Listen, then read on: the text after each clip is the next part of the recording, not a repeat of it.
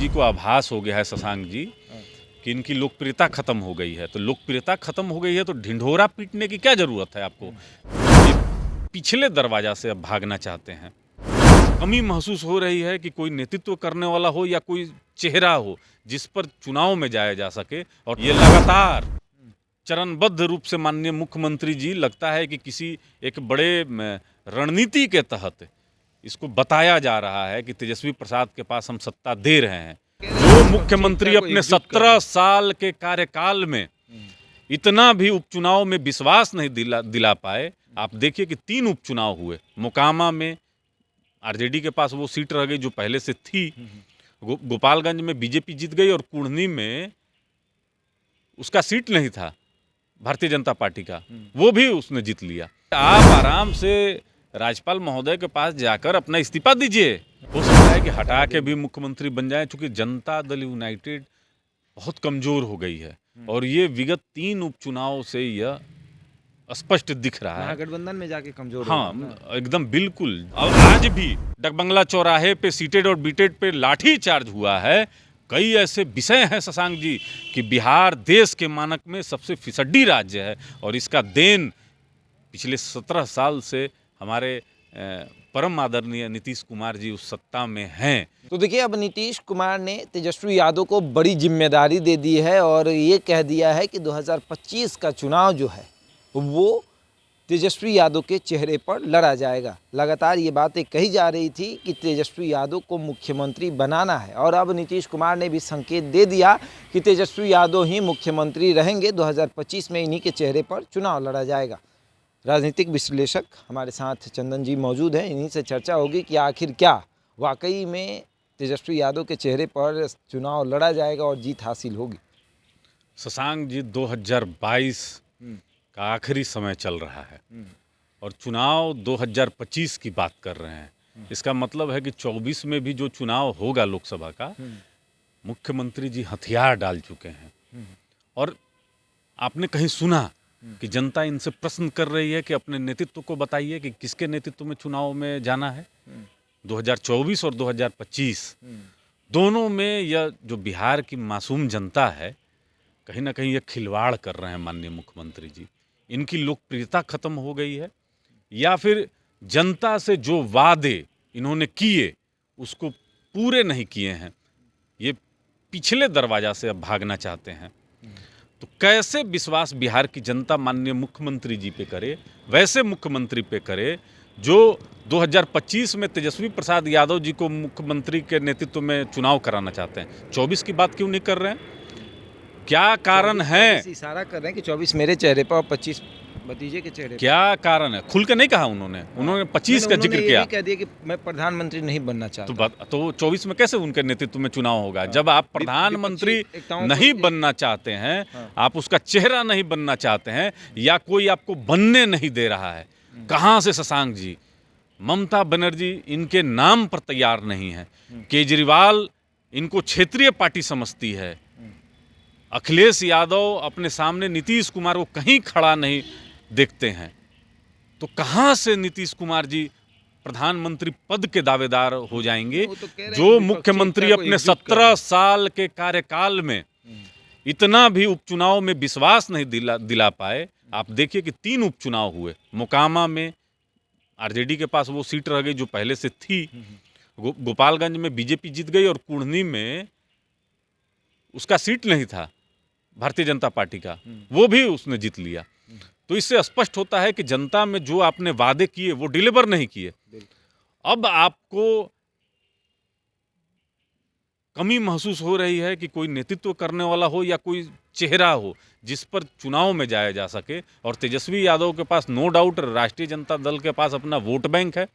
माननीय मुख्यमंत्री जी का वोट बैंक कहीं कुढ़नी में भी दिखाई नहीं दिया, गोपालगंज में भी दिखाई नहीं दिया और मोकामा में तो कहा ही नहीं जा सकता है। तो एक तरह से ये कहा जा सकता है क्या कि वारिस मिल गया? मतलब समझिए कि नीतीश कुमार ढूंढ रहे थे कि कोई सत्ता संभाले, कोई संभाले, एक युवा के हाथ में दे रहे हैं। आप भी तो चाहते थे ना कि युवा के हाथ में आए, बिहार युवा देखे।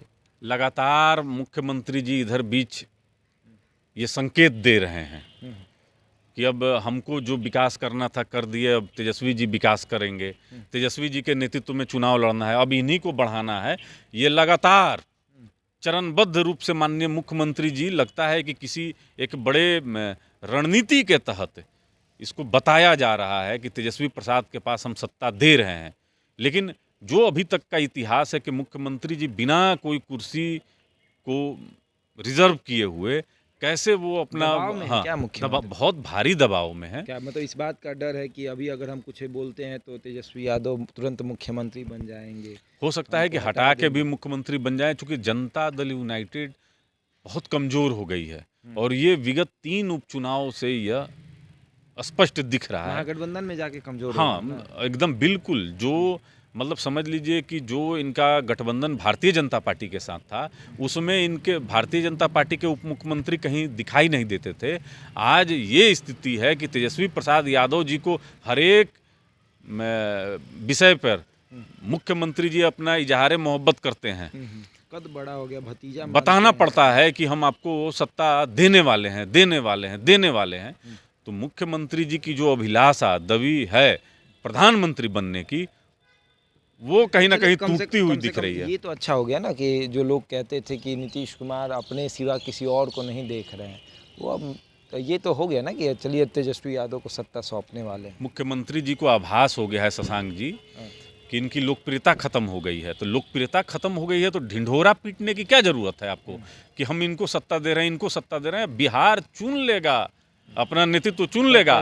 पहले आप आराम से राज्यपाल महोदय के पास जाकर अपना इस्तीफा दीजिए और आपके गठबंधन के सहयोगी उप मुख्यमंत्री आपके हैं, वही मुख्यमंत्री बन जाएंगे।